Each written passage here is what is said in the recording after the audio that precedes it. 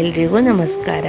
ಇವತ್ತು ನಾವು ಪದರವಾಗಿರುವ ಶಂಕರಪೋಳಿ ಅಥವಾ ತುಕ್ಕಡಿನ ಹೇಗೆ ಮಾಡೋದು ಅಂತ ನೋಡೋಣ. ಅದಕ್ಕೆ ನಾನು 1 ಕಪ್ಪು ಮೈದಾ ಹಿಟ್ಟು, 1 ಕಪ್ಪು ಗೋಧಿ ಹಿಟ್ಟು, ಸ್ವಲ್ಪ ಎಳ್ಳು, ಸ್ವಲ್ಪ ಜೀರಿಗೆ, ಸ್ವಲ್ಪ ಖಾರದ ಪುಡಿ, ರುಚಿಗೆ ತಕ್ಕಷ್ಟು ಉಪ್ಪು ಹಾಕ್ಕೊಂಡು ಕಲಿಸ್ಕೊಳ್ತಾ ಇದ್ದೀನಿ. ಈಗ ಸ್ವಲ್ಪ ನೀರು ಹಾಕ್ಕೊಂಡು ಚೆನ್ನಾಗಿ ನಾದ್ಕೋಬೇಕು.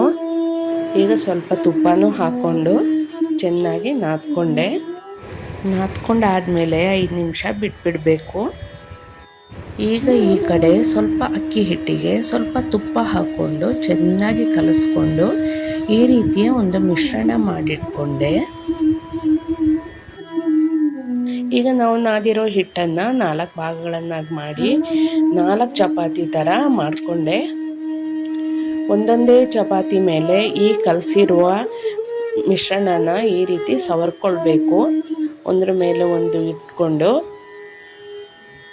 ಚೆನ್ನಾಗಿ ಸವರ್ಕೊಳ್ಬೇಕು ಈ ಮಿಶ್ರಣನ. ಆಮೇಲೆ ಈ ರೀತಿ ಫೋಲ್ಡ್ ಮಾಡಿಕೊಳ್ಬೇಕು.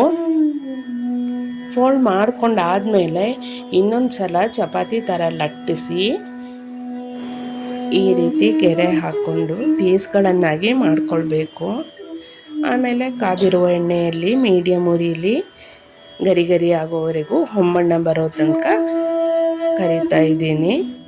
ಈಗ ಪದರಾದ ಶಂಕರಪೋಳಿ ರೆಡಿಯಾಗಿದೆ. ನೀವು ಖಂಡಿತ ಮಾಡಿ ನೋಡಿ. ಹಾಗೆ ನನ್ನ ಈ ಚಾನಲ್ಗೆ ಸಪೋರ್ಟ್ ಮಾಡೋದನ್ನು ಮರಿಬೇಡಿ.